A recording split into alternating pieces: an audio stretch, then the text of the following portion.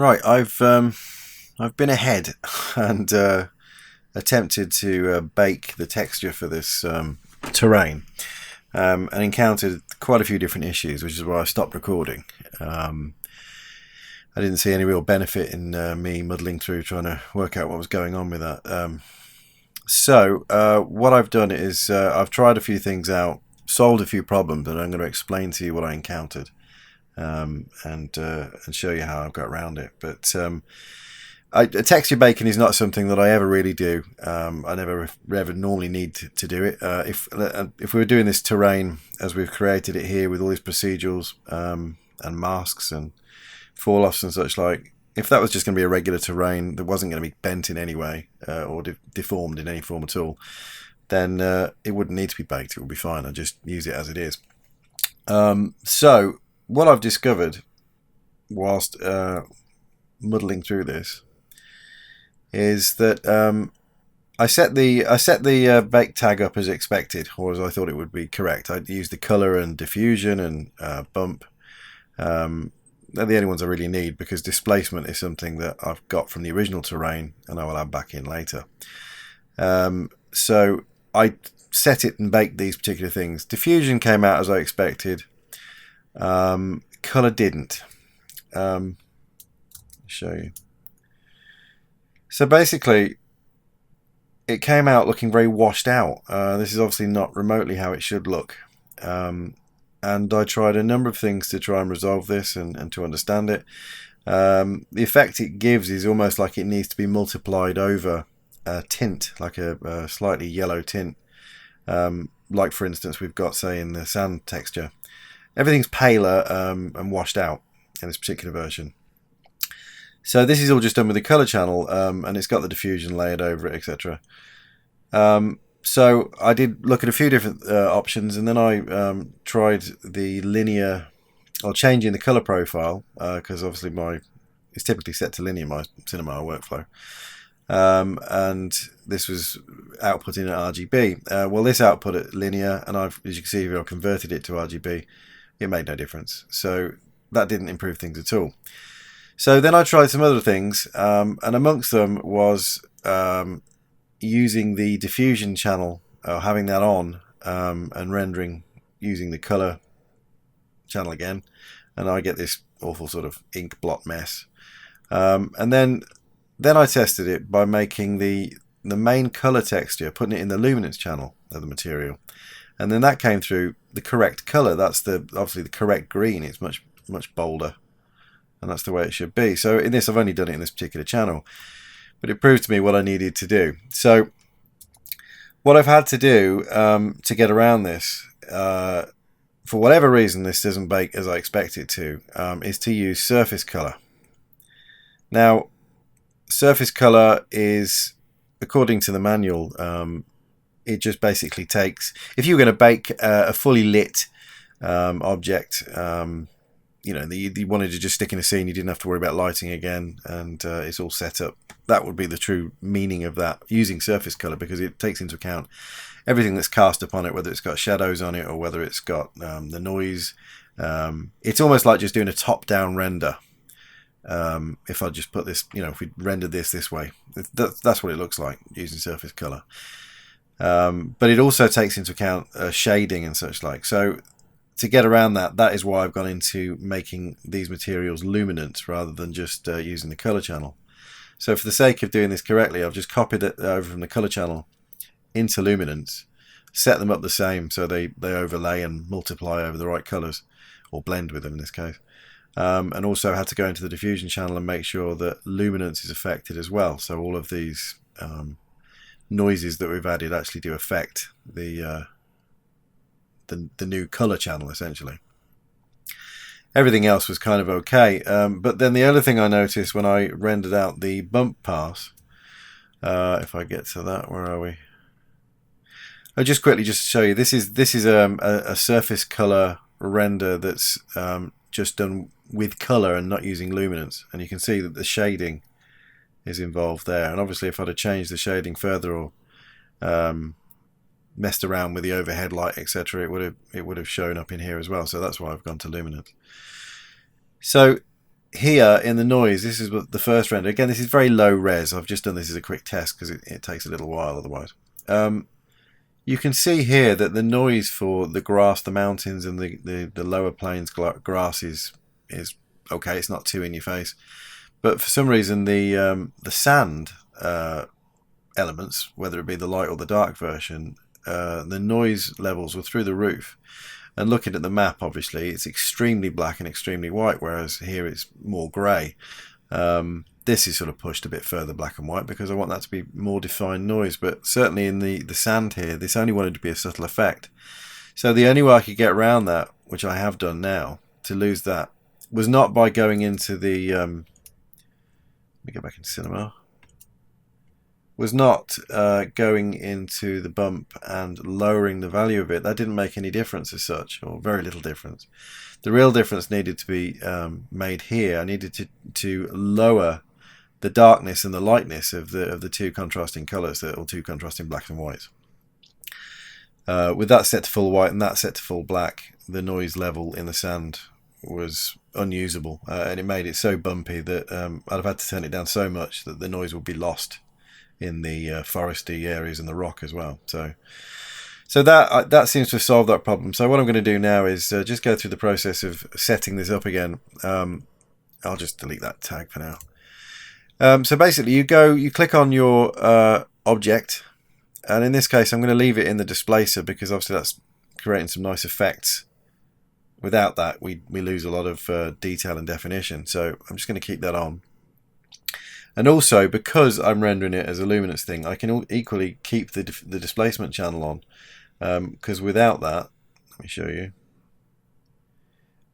you get sort of squaring off of the texture, which is created by the low poly aspect of the terrain, which is being displaced. So when you displace it with a material, if you look here, that all gets rounded off again nicely as it should be. So I'm keeping the displacement on that and rendering or baking all the effects of the benefits of having the displacement on to our texture map. So you go to the actual object you're going to bake, or the textures you want to bake on that object, and go to your tags and bake texture. And in this case, as I found, I can just get away with rendering surface color because diffusion is taken into account anyway. I don't need to make it see that. So the other thing I need to render is bump, and I think that is it. Evaluate bump didn't seem to make a great deal of difference when I tried it different ways in my case, so I'm going to leave that off. I just need to set a path for it. And I'm going to set this up to be colony terrain. It'll overwrite some files I've already done. Probably. Save. I'm going to up that to 16 bits per channel. And the width, because I'm going to render this the whole size of the texture, including the size of the displacement map, which is 20,000 by 2000. I'm going to do the same for this texture. So I'm going to set this at 2480, 20k, and 2048. Now I'm going to add super sampling of 1 just to smooth over any little, because this essentially is like anti-aliasing. If you don't do that, then you will sort of see some pixels in the texture at this scale. So if I do this, it'll just sort of blur that a little bit. What else do we need to do? Options, that's fine. I think that's all fine. So I'm going to bake this. I think it's probably going to take about 10 to 20 minutes, and then we will carry on from there. Oh, actually, I'll just press the bake command so you can see what we do.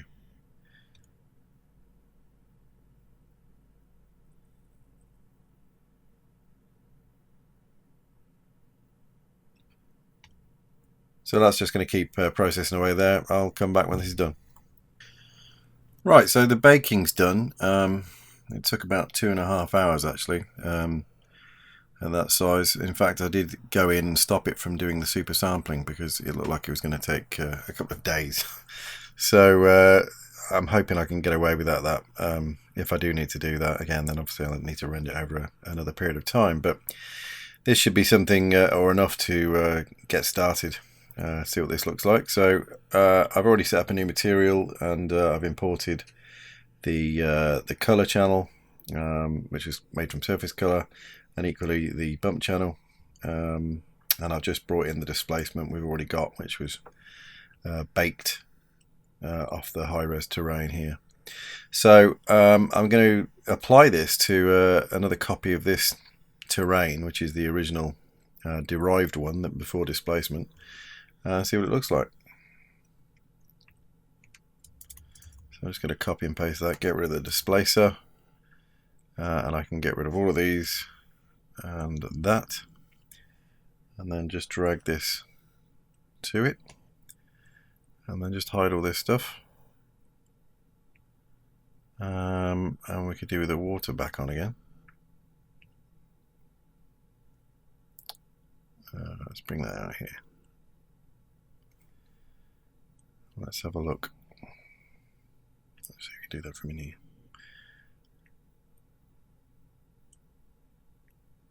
I'm going to turn on the physical sky again as well. Let's look at the preview.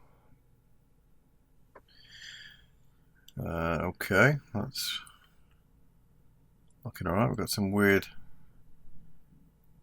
kind of anomaly there in the base map.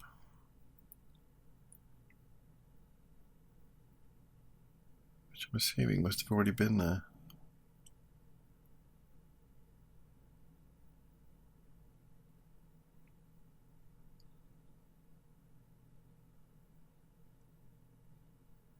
Oh, I could probably smooth that out anyway. Let's have a look at this from this end.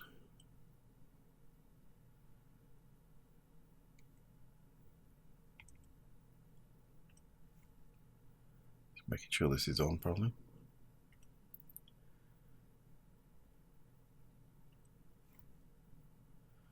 It's a bit strange actually, because I've been looking at the displaced version of this all along. So just going to see what that looks like with that on as well.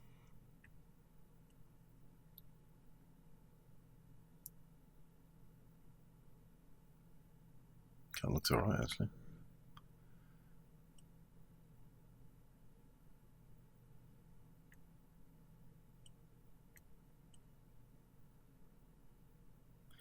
That's come out very well. This is all baked in quite nicely.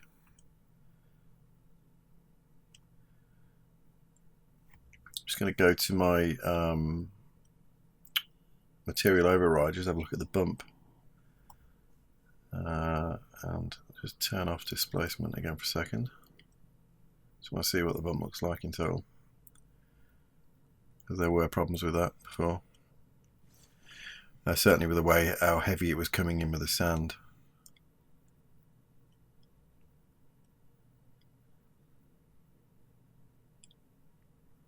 Seems to be okay. Let's put the displacement back on.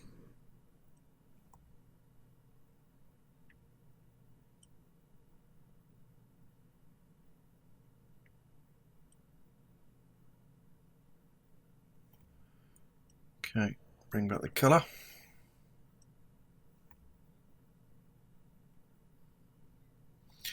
Right, I'm just going to switch over to my standard render, just so I can get a bit of a sharper image at the minute. Let's take that up to the top.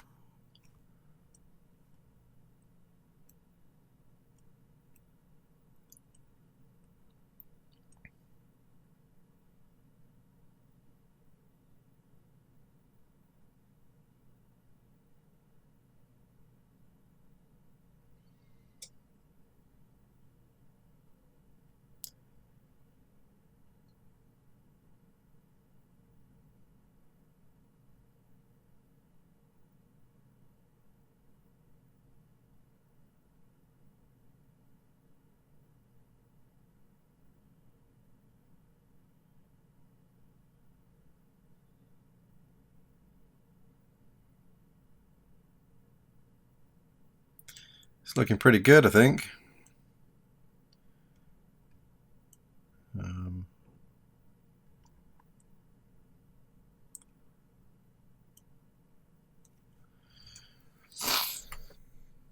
Let's look over here.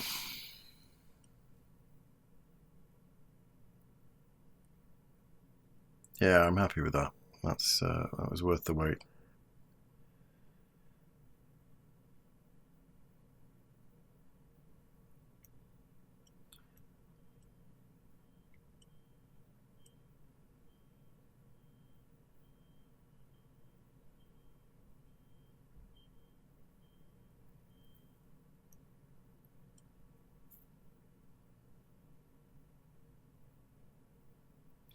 Cool. So I still have the advantage that I can use this with the displacement in the texture.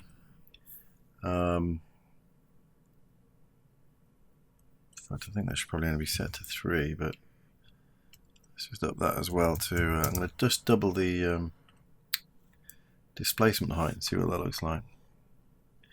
Because now the great thing is that because the texture is now baked, all of those lovely details that we've been trying to capture are now a permanent part of the texture map, of course. So therefore I can play around with the height of the actual terrain without affecting that in any way, other than physical roughness and height of it.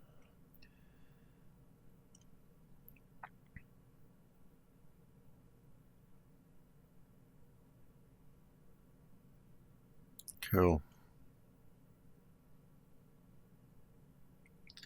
Still may use a combination of the two. Actual displacement, texture, as well as the object itself, the deformer.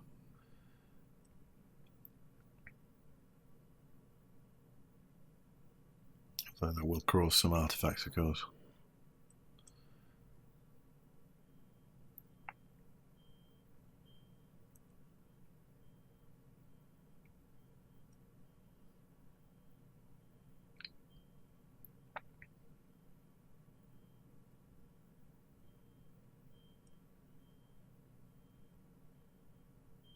All right.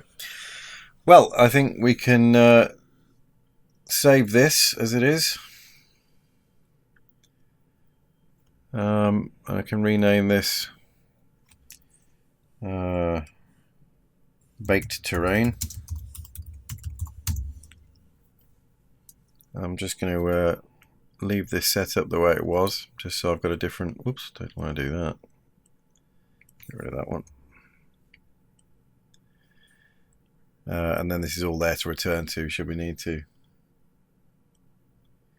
What I'm going to do now is take this group and copy them over to the ring, the colony, and see how this looks in place.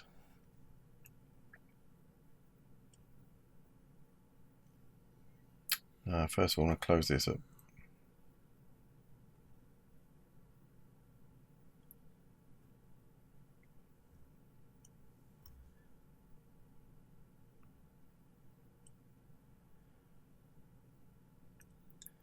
Now what I'm hoping is that I can just copy this over to this same place. So I will use the tools, arrange objects, transfer, and then drag this into there, apply. Let's go and have a look and see what's going on with that.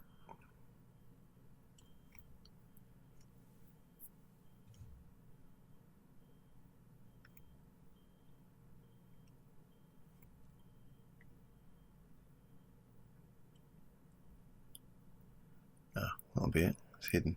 Of course. There we go. Let's have a look at that again in this view.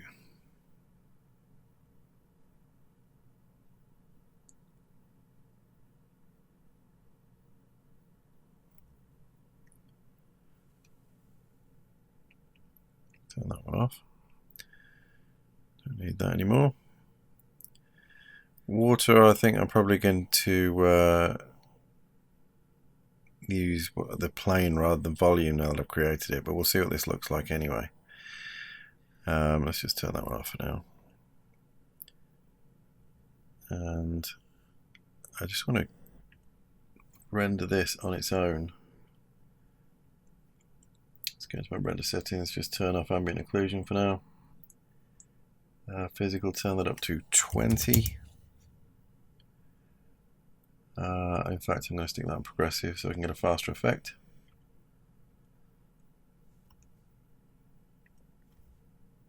And I'm just going to render that group or objects. There we go, active objects.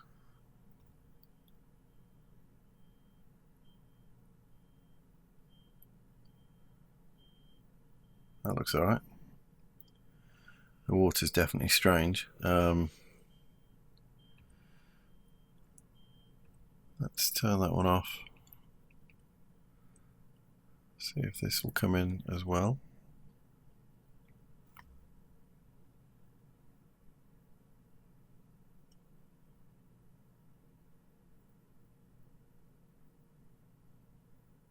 Obviously not quite aligned.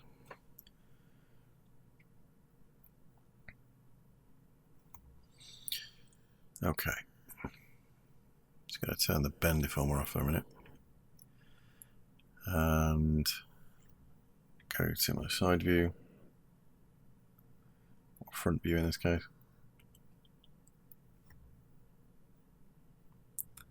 And see where this water is.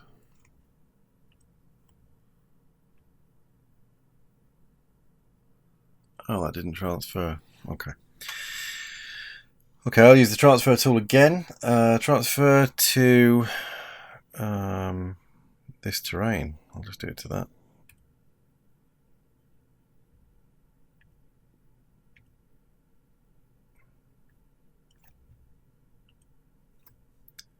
There we go.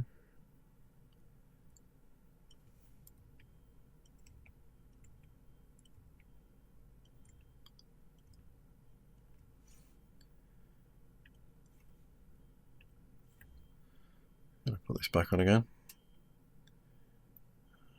Grab this group again and just render active objects.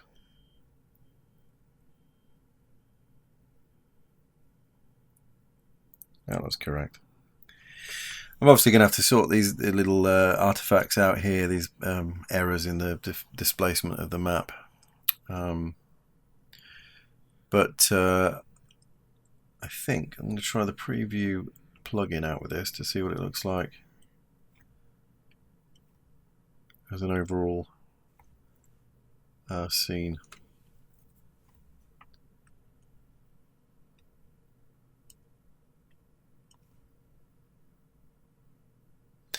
In fact, there we go. It's obviously got to calculate an awful lot now, so I'm just going to see what this looks like with it all in place. It's nice now that we're getting the reflection of the terrain up on the glass.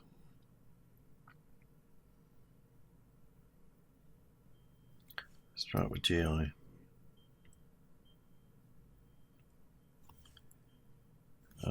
Magic preview. And that one's GI on as well.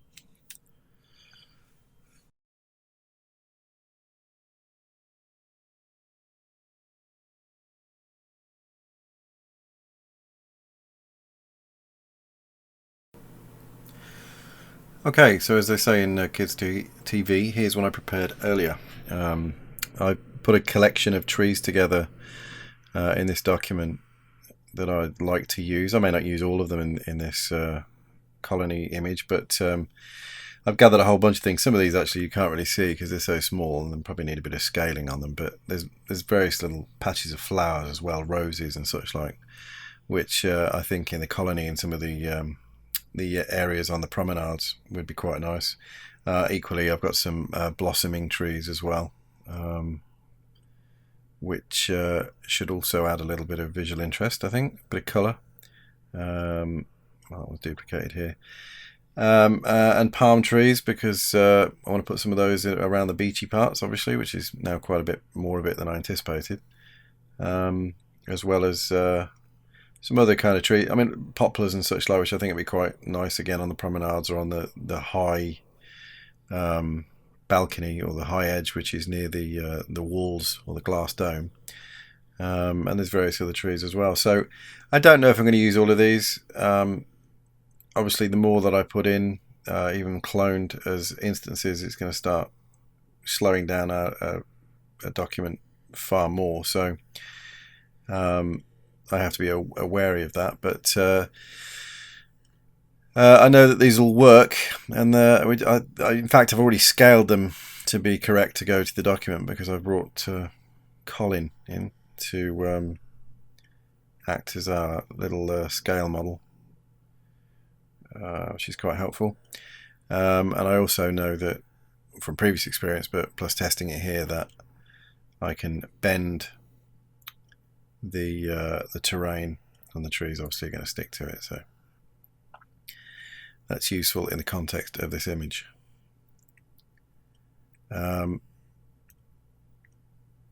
So I'm just going to turn Colin off. We don't really need him anymore. I will bring these trees through. They're currently in a cloner, which is obviously how they're going to be distributed in the colony anyway. But it's certainly an easy way for me to see everything laid out on one plane. So I think what I will do is copy them across as I need them, rather than bringing the whole lot across.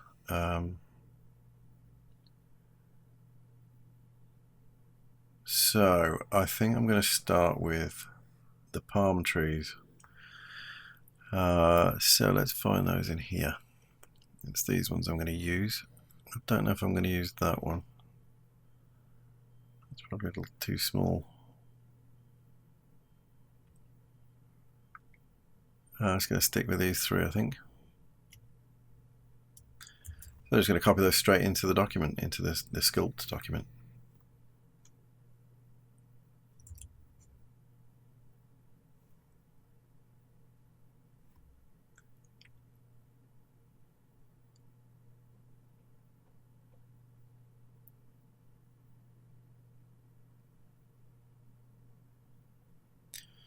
Just going to bring Colin across as well, just to be sure. So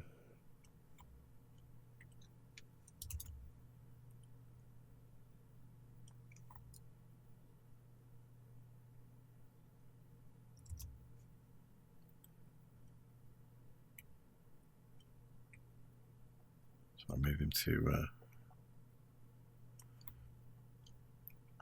an edge. I'm going to zoom into Colin.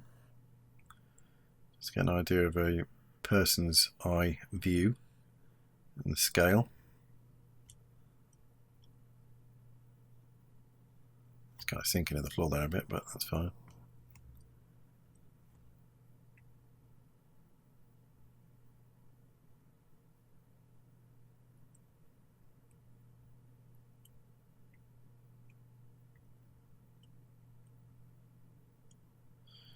Cool.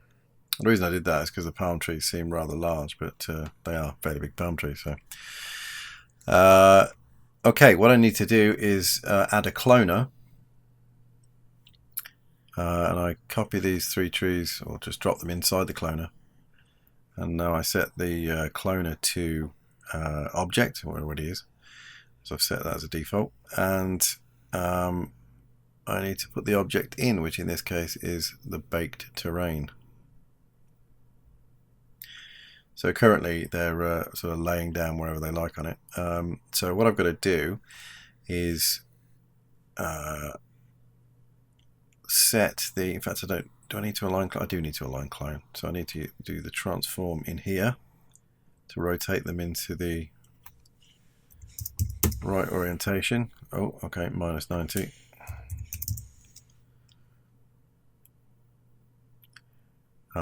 And before I go any further, make sure I set that up to be render instance. I'm just going to find some areas where I want to place these. So just going to get an overall view.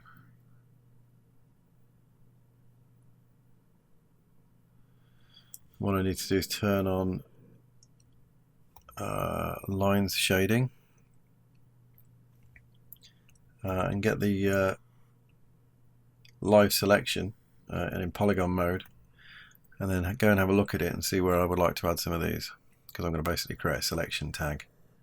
So I'm going to say let's put a few here.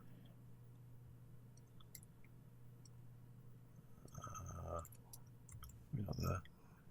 A couple there.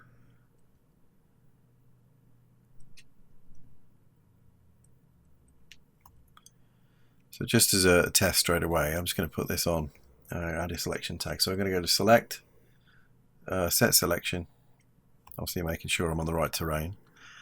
And what we do from there is go back to the cloner and tell it to use this selection. And then it will only put trees on that selection. Now it doesn't always show up because for whatever reason it might not deem that that's enough space for it to put them, so you need to go in. It only says 20 at the moment, so I need to up that to sometimes silly figures just to get a few. There you go. That took 1,000 to get full. There aren't 1,000 clones obviously on here, but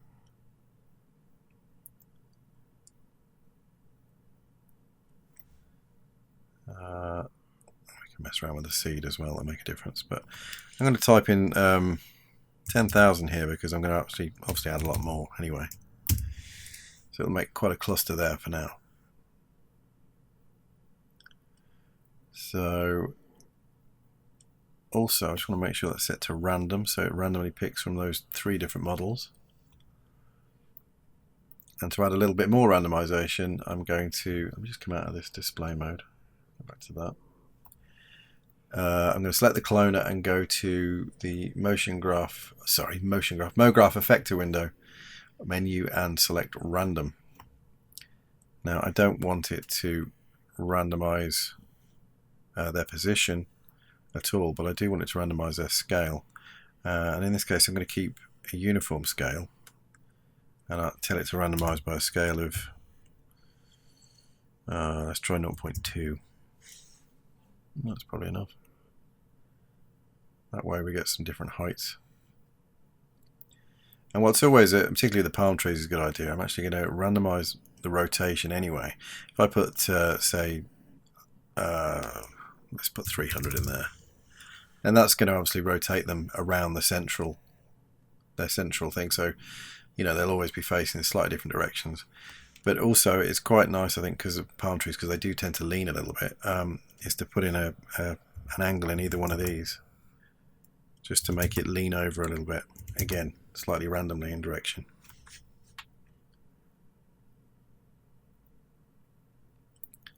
Okay, so I'm going to add some more to this selection.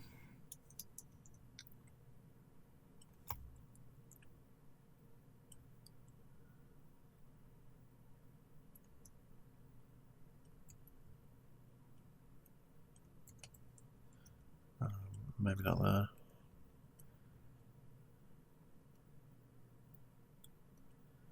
Just going to change the selection size of this as well. Change that to 2. So I can just select smaller polygons, or smaller amount of polygons anyway.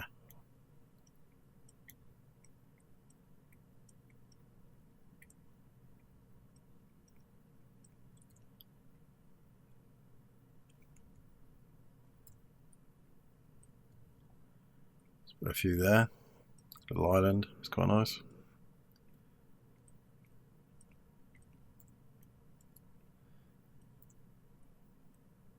Tend to need to make sort of bigger groups of selections for at least one palm tree to show up, because they don't tend to just always go for just the one single polygon.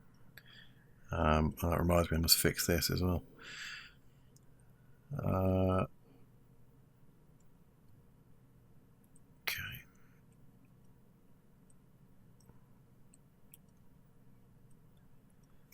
Just want to put a smattering in really around the edges.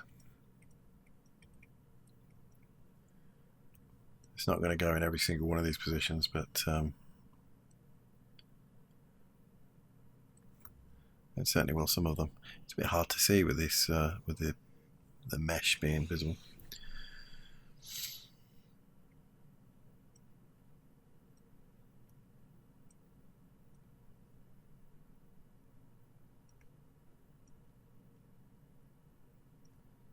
I should probably trim this back a bit actually, and probably have less of them, but because there's lots of other trees I want to put in, of course.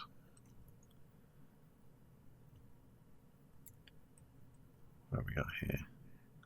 So it gets a bit more mountainous. Maybe just put some around here.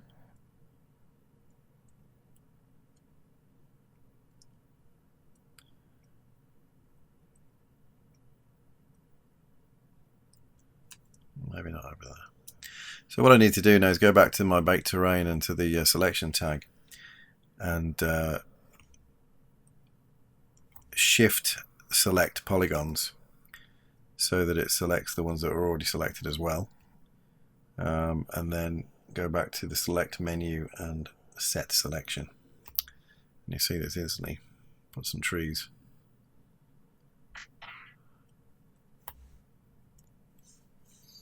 Going to go back to display and turn that to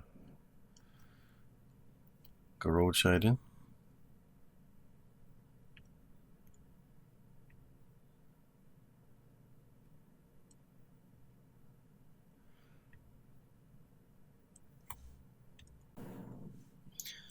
Right, let's have a quick look at that while we're here.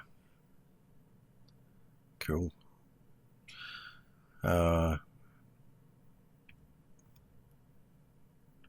Oops, let's go rotate this round.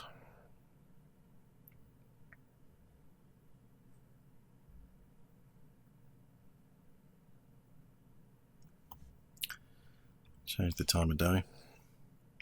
Not this makes a huge difference to what we're doing, but it's nice sometimes just to visualize these things.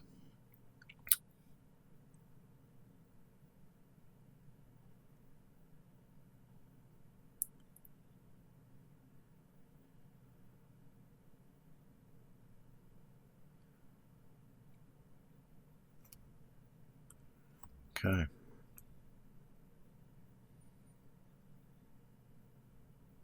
So I'm just looking at the distribution of these across the whole map so far.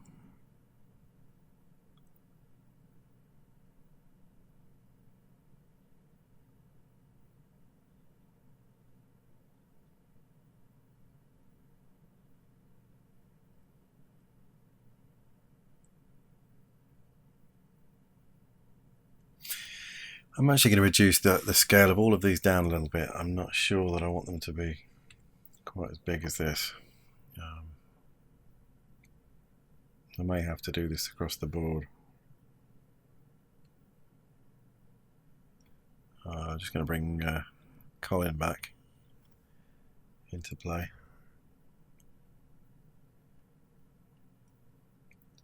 So I've got a reference.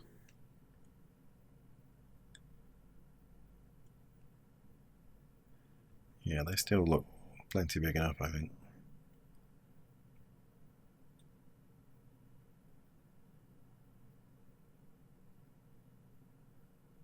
In fact, I think I'm going to bring them down more.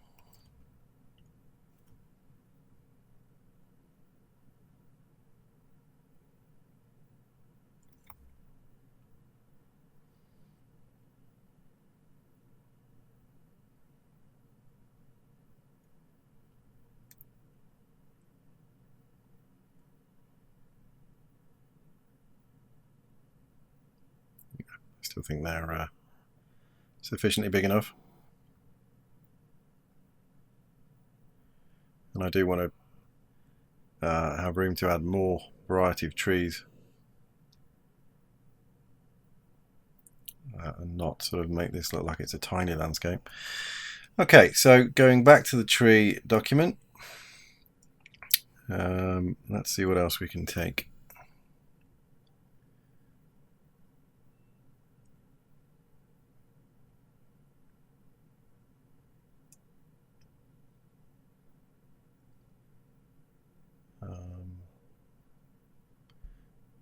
I'd like to cluster a few different ones together. So I think I'm going to take these ones, which I know are these here.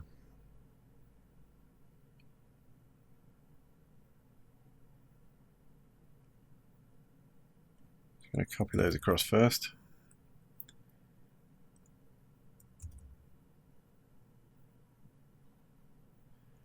And equally, just have a quick look through this.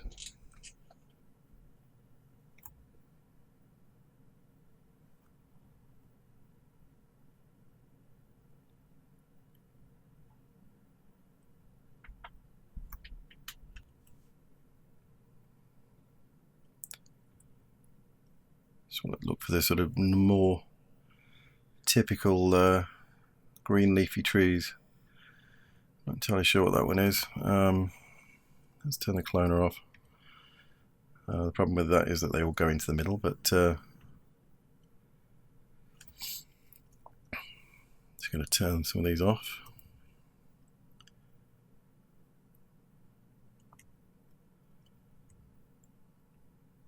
Oops. I'm holding down the Alt key while I do this, by the way, and then just dragging. Oops. You just have to keep doing it until you get them all selected. Alright, now I can individually click through. Yeah, I do want those. That's a pine. I want those next, probably.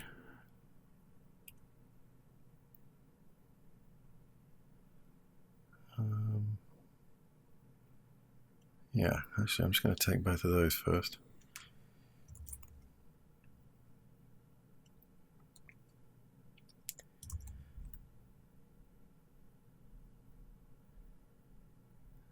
And I'm going to create another cloner.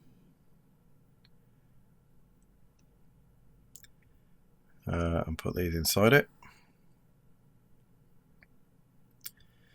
And in the case of these, again, object, that's a random. And the object, again, of course, is the baked terrain. Now, these really are big pine trees. I will be scaling these down as well. I need to transform them so they are rotated -90, so they stand up.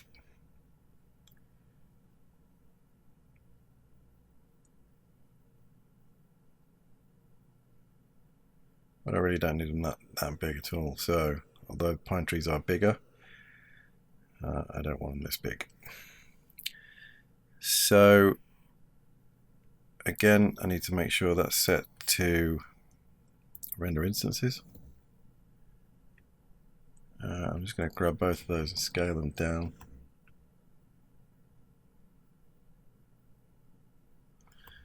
Particularly the adult one. Scale that down even more. So it's just slightly bigger than the other one.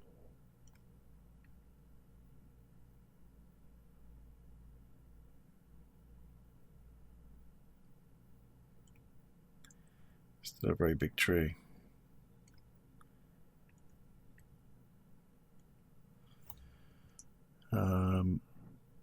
Okay, so now I just need to find, I'm just going to turn that off for now, find some places I'd like to put them. So I'm going to go back to the baked terrain.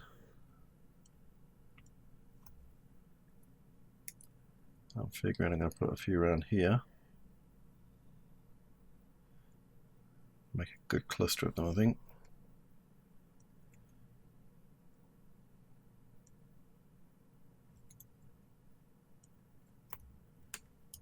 Maybe not that one.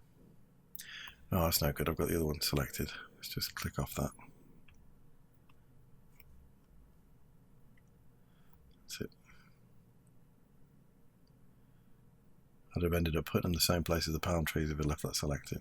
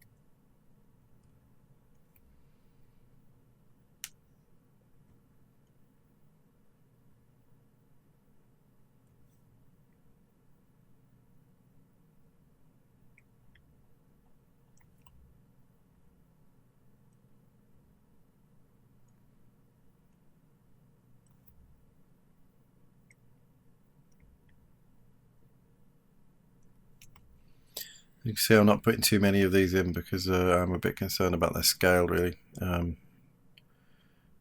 going to add this one as well. Select, set selection. I should name these as well. So this one is large pines.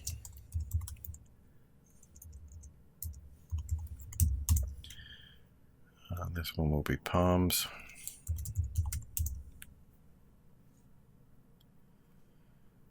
And just go to that cloner and drag. Oh, what's happened there? Drag this in.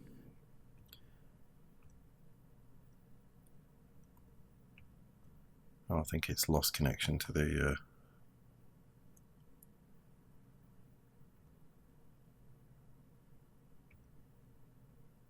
Yeah. I would have thought that would have updated, but it didn't. Never mind. Right, so again with this one, with the cloner for the pines, I need to up the count of that to something a bit more significant. So they actually show up somewhere. Oh, and activate the cloner, that'll help.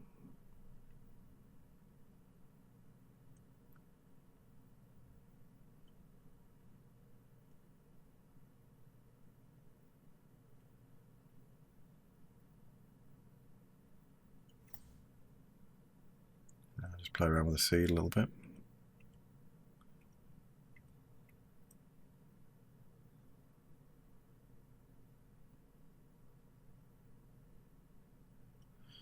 It's clearly not enough to distribute properly.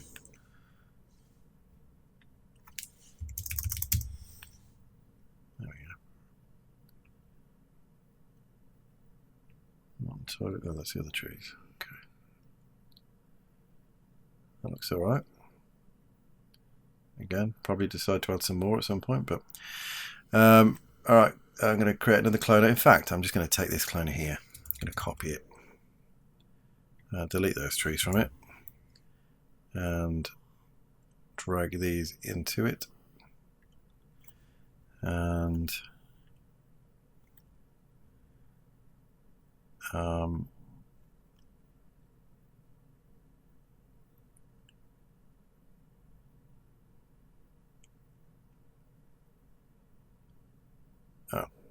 need to clear that out. Right, then I can just drag the baked terrain back in, and whoa, it's all over it.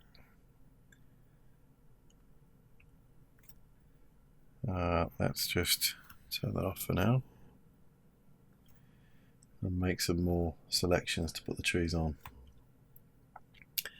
So back to the baked terrain.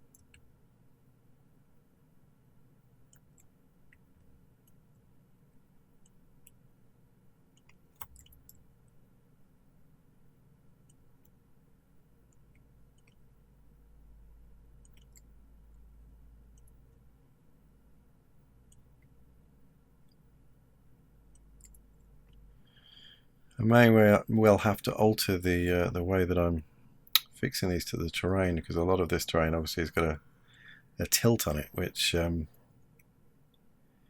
trees will tilt alongside it, and I might need to turn off their alignment to make that less of an issue, but that may cause problems when it comes to bend the terrain, because they won't probably follow the bend on the terrain. But we'll get to that in a bit and see if it works.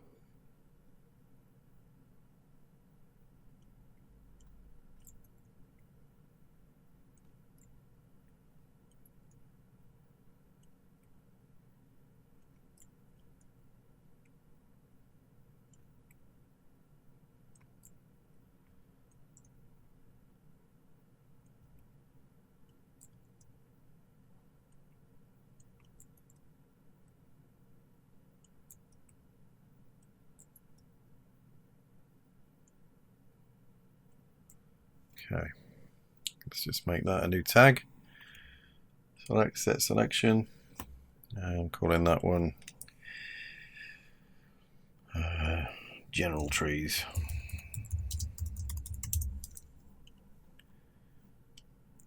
And drag that into the cloner, into the selection,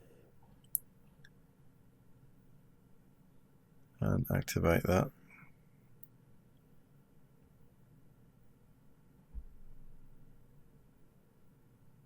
It's looking good, just need to increase the amount.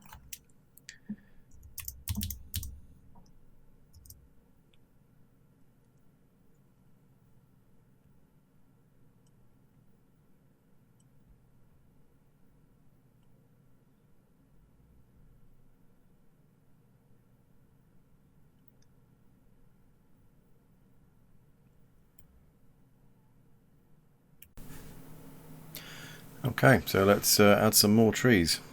I'm conscious of wanting to put some trees on the hillsides here. And again, as I said in the previous section, if I have this set to a line clone, then they tend to come off at the angle. Well, they do come off at the angle of the normal, so therefore they're pointing off at an angle. So I think it's going to be less of an issue with over the distance of the bend where the trees don't bend sort of totally in line with the terrain as it bends upwards, as much as it is of them angling out at the sides here. And I definitely do want them on these hillsides, so I think I'm going to have to compromise and just go with this aligned clone switched off, which means I just need to transform all these back to 0. They'll always be standing vertically then, and I think that's what I'm going to need, so I'm just going to turn that one off. I think I can get away with the palm trees fine because of where they're placed, but certainly these other trees need to be standing vertically. So I want to scale all these down a little bit as well.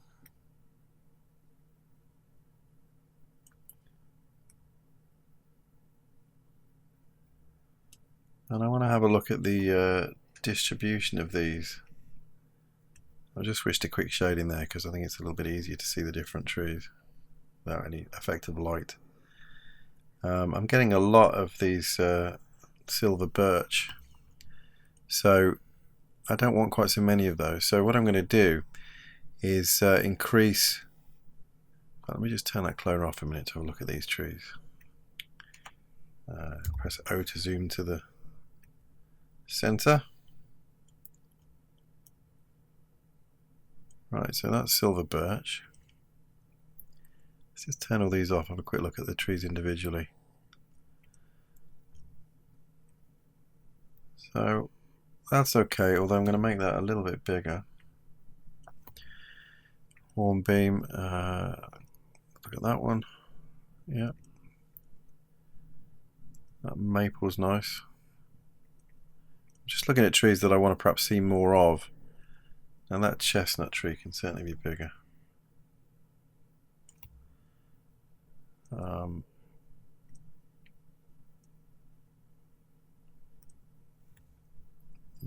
a bit smaller on that one. So the one I want to see the least of actually is the silver birch, because it's very distinctive because of its white bark, hence its name, silver birch. I will actually bring that down in scale a bit as well. So what I'm going to do is duplicate the ones I'd like to see more of, which is not that. It should be that chestnut and the cherry tree, and possibly the Italian maple. Oops, that's done all of them. That way I increase the odds of them occurring, obviously, over the silver birch and the hornbeam. So I'm just going to make these all visible again and turn the cloner back on again.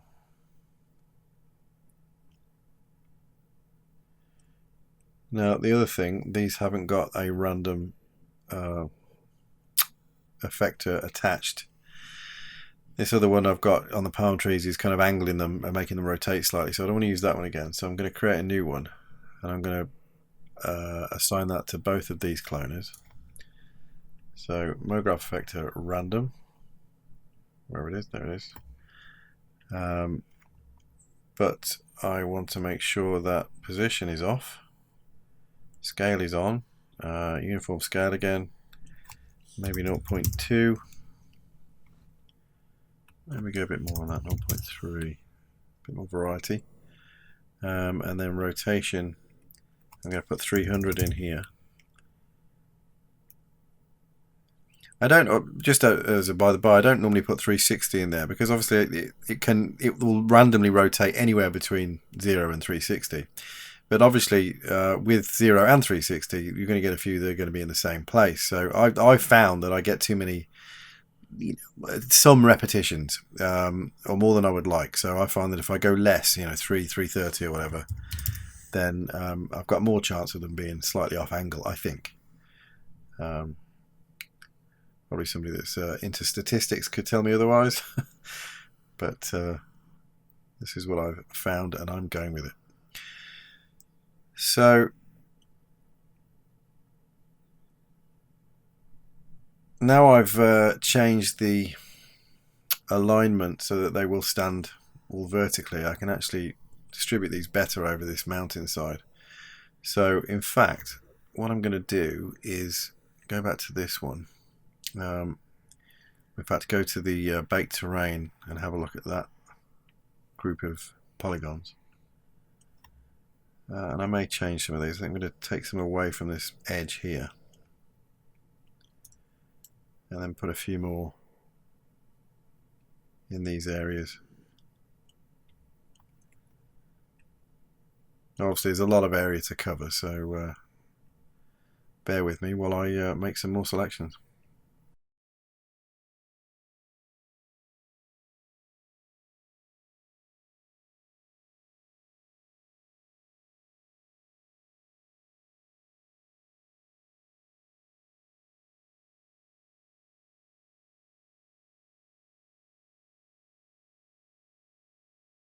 I'm just unselecting every now and again just so I can see what terrain I've got to play with. Yeah, I've got a lot of the rocky stuff coming through here and I want to break that up a little bit. So I'm going to add some trees to this.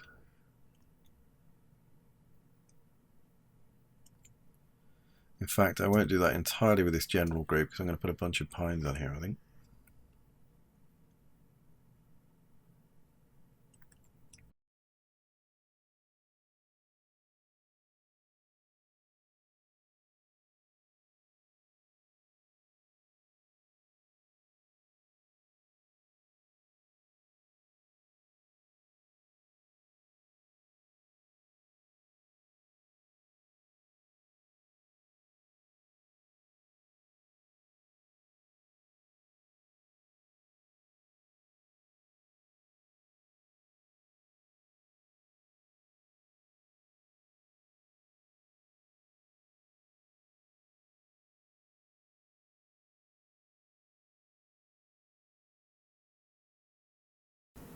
Now the other thing I can do, I can see some of these trees are grouped and they're very, very close together. Some of them might even be overlapping in inhabiting the same space. I can certainly see that easy with these ones with the circular controls, which incidentally I haven't explained. These trees, some of this bunch here are all from the Maxon library, so they're in your content browser. The other stuff here, these EU32s and I think these palm trees might be from Maxon as well, but the other stuff, and certainly my other window over here, a lot of that stuff in here is from the Xfrog plant and tree library, which I bought some years ago, so I've got quite a collection of those. But you can certainly get quite a long way with the trees and plants that are available in the content browser. There's quite an extensive collection of stuff in there. I'm assuming that's true with most versions of Cinema. I mean, I've got Studio, so I'm not entirely sure what doesn't come with some of the other versions, but hopefully you'll have these. These are really good models, and in actual fact these are beautiful looking, and they seem to be more optimized than the Xfrog ones. They've got less polygon count, which is quite handy. So check those out. Have a look in your browser, see if you can find some. Failing that, I'm sure there's some free ones online. Certainly there's some with Xfrog, in fact, have a set of free samples. And you may well find some on Turbo Squid as well. Right, back to what I was saying. There's a bunch of these which are really close. They're distributed really closely to each other, and I can use another new effector that's been added in MoGraph in R18, which is, let me just select this particular group, is the push apart effector. Now, obviously that's not exactly what we want, but if I go in here and have a look at the settings and the strength, I can just turn it down quite a bit. But you'll notice if I bring this right back down to 0 and then slowly open it out a bit, you can see that it is just pushing the clones apart from each other. So in this instance, what's very useful about this is it just stops them grouping too close. If you push them too far, then they do wander away from their normals and go off the terrain altogether. And I think they go in the direction of the normals. So in this case, obviously, they're flying up in the air. I don't know what the other options are on this. We probably need to leave that as it. It's going to push them up in the air. That's the problem. I suppose we can do it, I guess, along X. But that will push them into places we don't necessarily want them. So I've got to set it very low. I might not need too much, actually.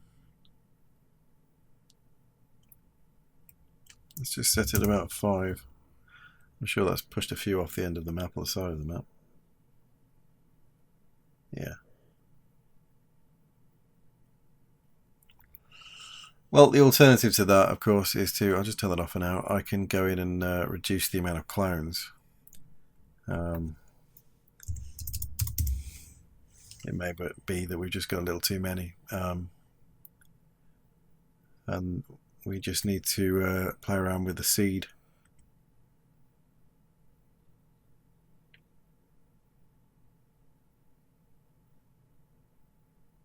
Just waiting for my computer to calculate whatever it thinks it needs to calculate.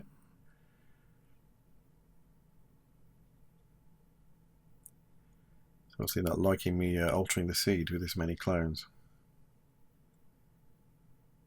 Particularly given that they're such high polygon counts.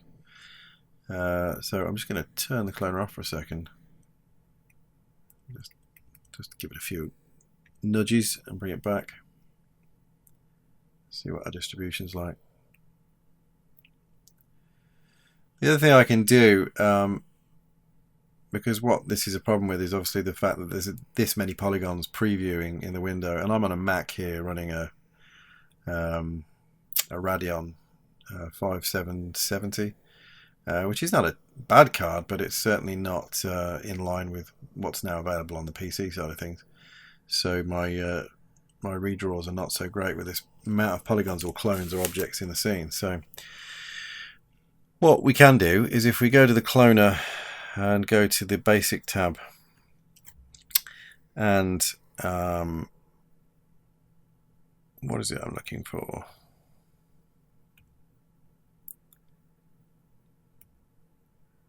I'm looking for the oh no, that's what I'm going to do. I need to add a display tag.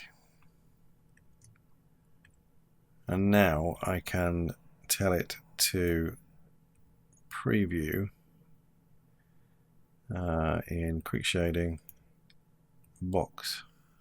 Well, that's not very pretty to look at. It certainly makes updates a bit quicker because you can see exactly where the trees are and their size, even though they don't look much like trees. What else can we do? Wireframe's probably not going to be too clever. Skeleton is not useful at all. What about if we did that on... Oh, there's also that method.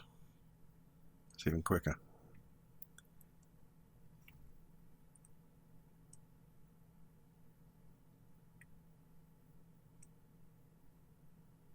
That helps a bit. And now, if I was to go back in and tweak the seed, I'm assuming that that will not be too upset by it. There you go. Quite a nice bunch in there.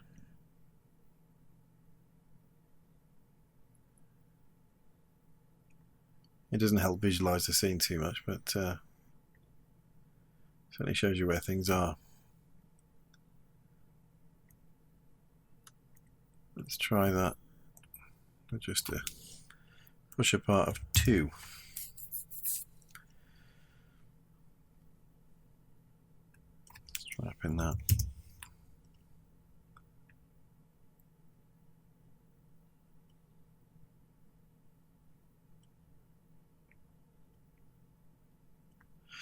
Okay, I'm just going to go back to my display tag and put that back to quick shading and wireframe for now.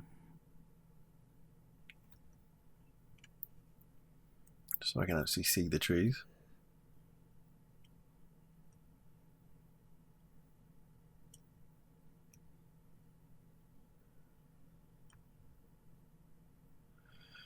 I think I'd like to put some more palm trees in actually.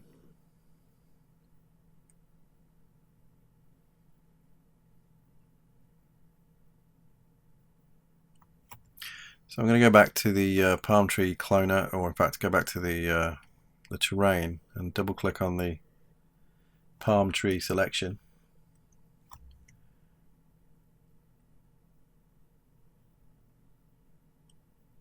I'll have a look where I'd like to add some of these in. In fact, what I'll do is turn this one off for now. In fact, no, I will leave it on, but I'll do the preview again. That makes it a bit. Let's do it on that. There we go. Hidden line. There we go. That way, at least I can see roughly where the trees are.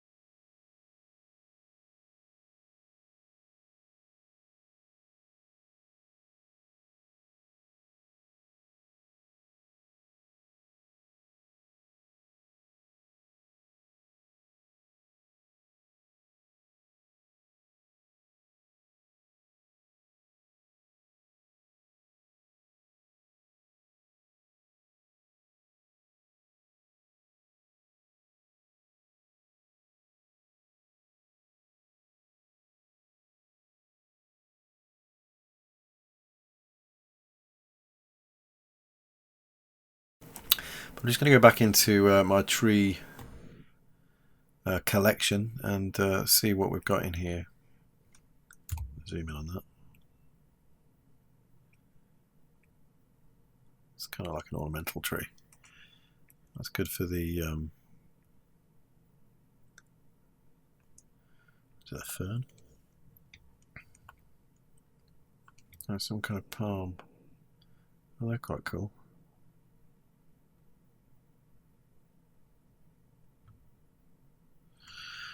Maybe. Let's just leave that there for now.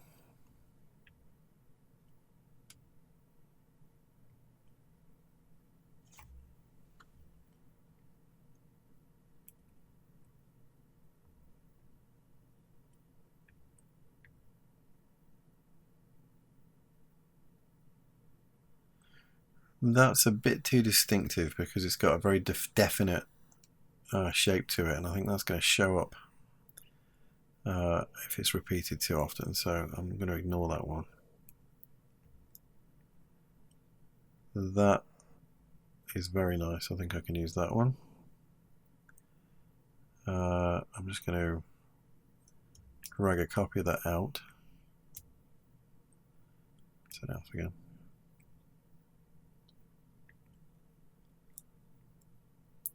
Some nice, like a bushy tree.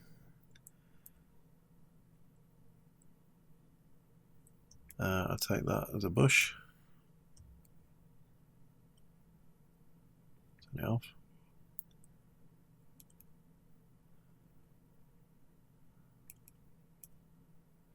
Some of these I've deliberately got to put in the colony in the kind of more manicured areas along the promenades.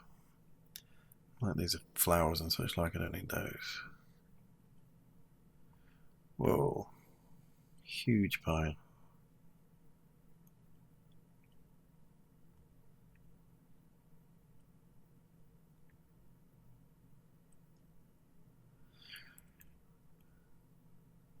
It's a blossom tree. What is that? These are all blossom actually. What's this one? It's another kind of palm.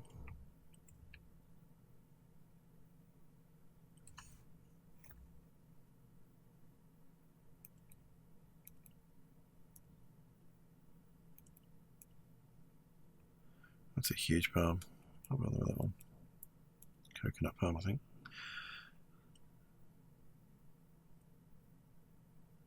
Yeah, I think I've already got those ones. I definitely want that in there. That's a lovely poplar type tree.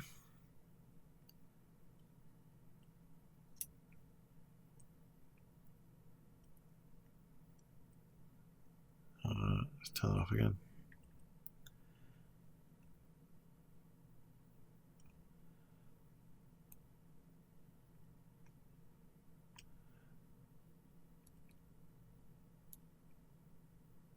It's another bush type tree.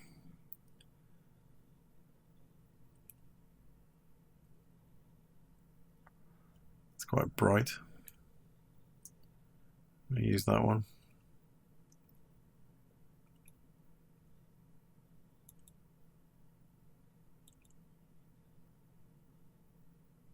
That's what I've got already. So I'll take that one. The contrast. I'll just grab that full.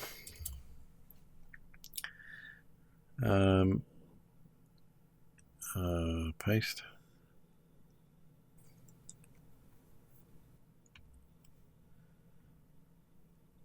I'm going to put these into this cloner. Oh, I need to make them visible first. I'll just go back into the display tag, turn that off. We can see what kind of distribution we've got amongst those. Well, those poplars are really nice, but they're very, very big. So again, although probably in relative terms they should be that big at fully grown, I'm going to have to scale them down a little bit. What's that one? Oh, that's the bush, isn't it? We don't want that one in there.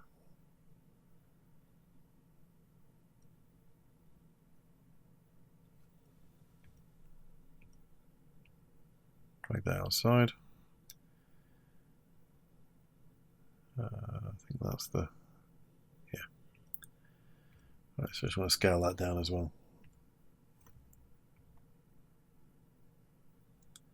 It's just nice to have the different shape in there, but I don't want it to be overly scaled. And also that European tree we've added in is a little big. Dominant because it's so brightly green.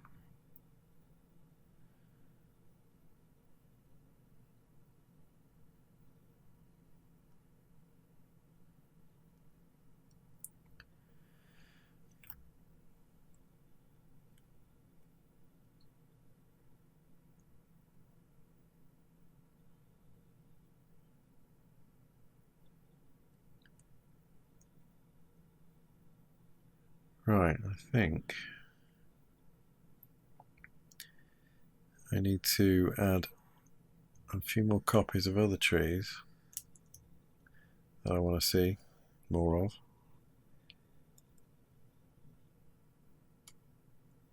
A cherry as well, I think.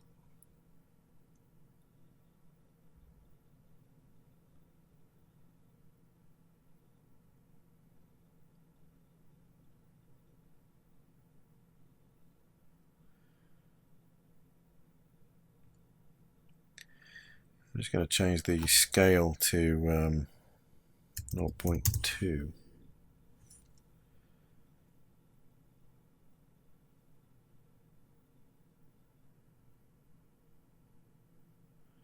I still feel like I need to reduce the scale of that poplar down a bit, though I know they are quite big in reality.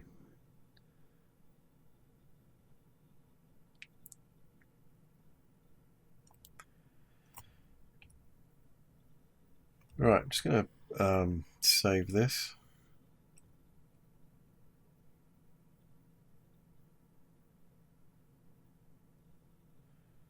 And bring out our magic preview,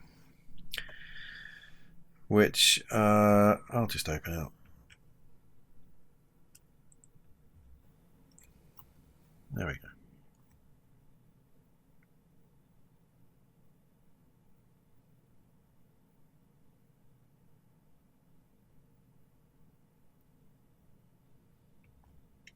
Okay, let's just put that in here again.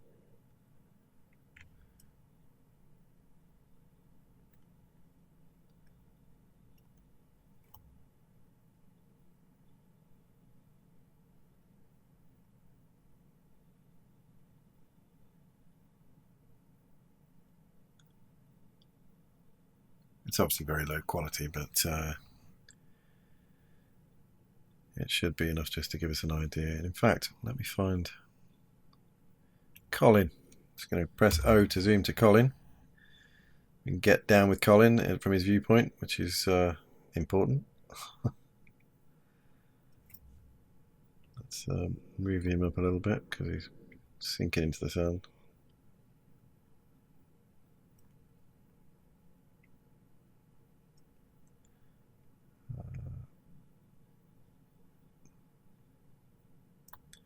Let's just see what that renders like, since we're down at ground level.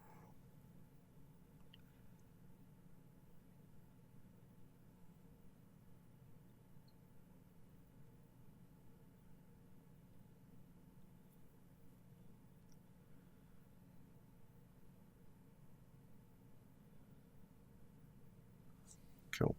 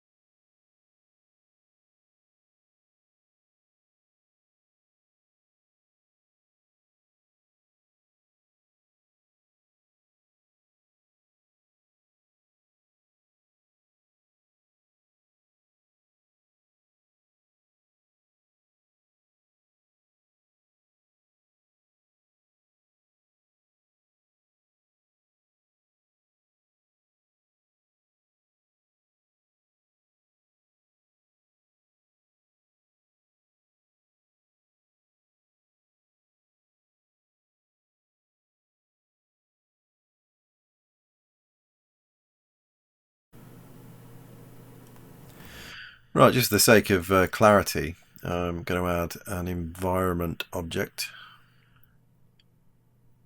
and put on some fog.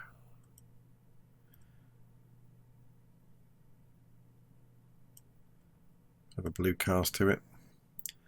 Make the distance maybe 200. In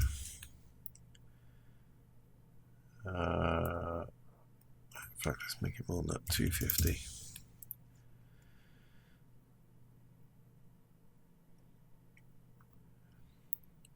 And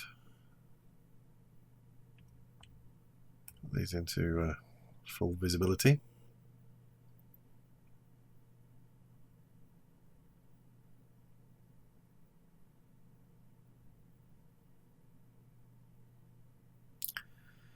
Maybe I will take out the pines in that one. I've got 2 copies of them for some reason. No, I haven't. That's a different tree. Let's get rid of those.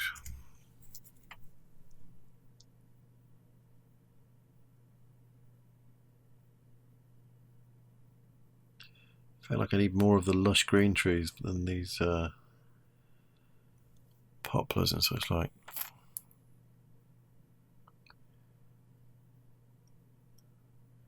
I've definitely got the lion's share of chestnut and cherry trees in here, so let's see what the ratios are.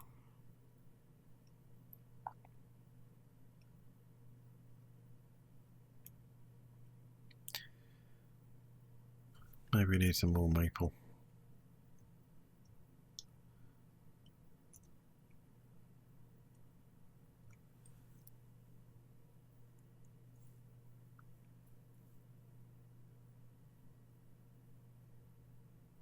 It's pretty good.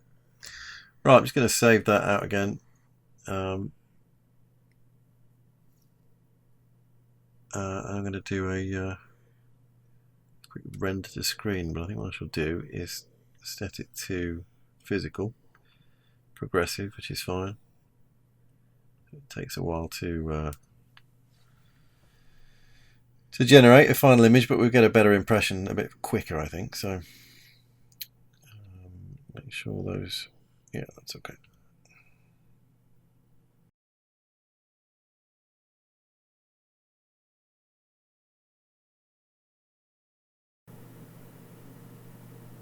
That looks alright, even just like that. I do feel that the pines are still a bit too big. I kind of want to see them on these peaks, but they're going to be a little too high. So I'm going to have to scale them down. These ones here, in fact.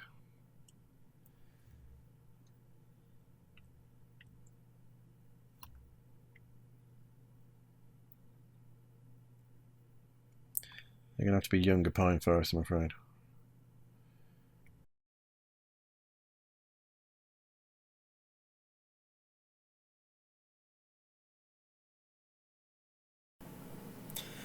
I think that's looking pretty good.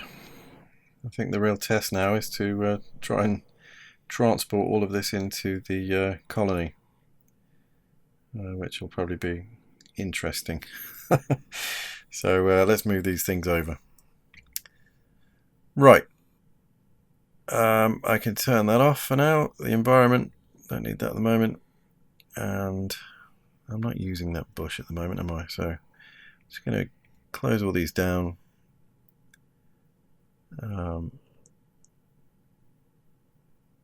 Colin, we don't need Colin. Baked terrain. Yeah, we're going to need that one. We do not need the displacer. We probably don't need that, but since it's in the right place, I think I'm going to take it all as one go. In fact, what I need to do is group everything under this, because I know that's the right. I can copy between the placement of these things, and everything will follow it. So if I group, put a Alt G, clicking on baked terrain to group it into a null, drag the water into it, and then equally grab all of these cloners and the random aspect, and there's another one, we need that. Turn that off. Yeah, that's everything we need. So I'm going to save again.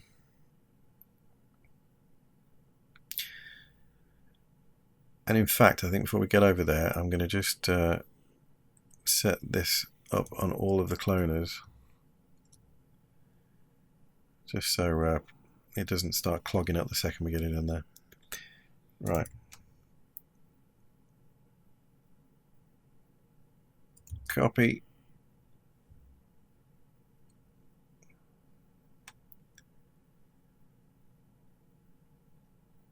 And paste.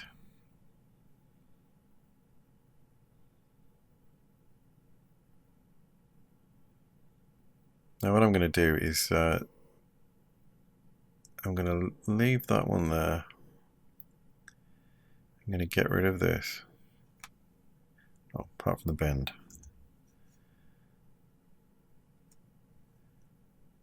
and I'm going to transfer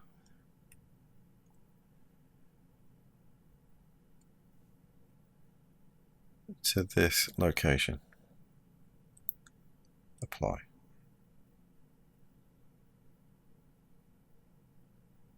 There we go, that's in place. So I'm going to borrow that displacer, although I don't think we'll need it. I'm going to get rid of this version of the baked terrain. We don't need that. And I'm going to put all of this into here with the bend. Whoa. That's not what I want to do. I don't need to put the clones in there at all. What I do need to do though is put these in there. And the cloners will update, they just need to be turned off and on again. And that seems that everything's in place. So I'm going to save this. I'm going to save an incremental version of it, just in case anything goes wrong, because every now and again these things do happen. And I think I'll set this up to render before we move on to the next thing, so we can have a little look at how this is working with the trees. Okay, so here we are, the finished render, although it's obviously still fairly low quality, preview quality. You can see how the terrain and trees are fitting in now with the colony, which is quite nice. I can see a few issues that I've got to resolve. The most obvious one is the fact that there's not an awful lot of light on the trees. It's sort of catching the palm trees okay, but these trees, because of their nature, because they're quite dark, aren't really catching much light at all. There's some here that are in the shadow, which are way too dark. So I'm probably going to have to fake that a little bit. I can obviously alter the position of the sunlight. I will try a few different angles of that just to see what happens inside and get some nice dramatic looks. But I think probably I'm going to have to add some lights in which are only shining on the trees, just to bring them out, bring the colour of them out a bit more, and their shape. That's what 3D is about often. It's a bit of fakery, a bit of smoke and mirrors. So let's just have a closer look at this, zoom in. And the other thing I've noticed, which I did notice before, but it's very obvious now, looking at the wall here, I seem to have lost the sort of checkered shader that's on it. It may even be gone from there as well, although it still sort of appears here a little bit. So that's something that's got to be resolved.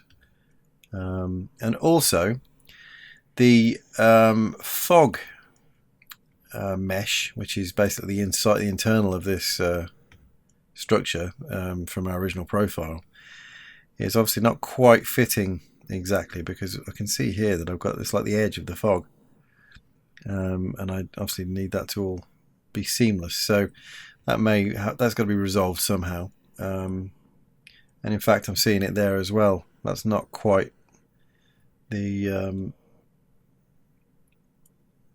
hull. We're seeing the hull there, and then we're seeing this sort of line where the fog mesh, the original mesh, where the original hull was. So I'm going to have to do some tweaks on that as well.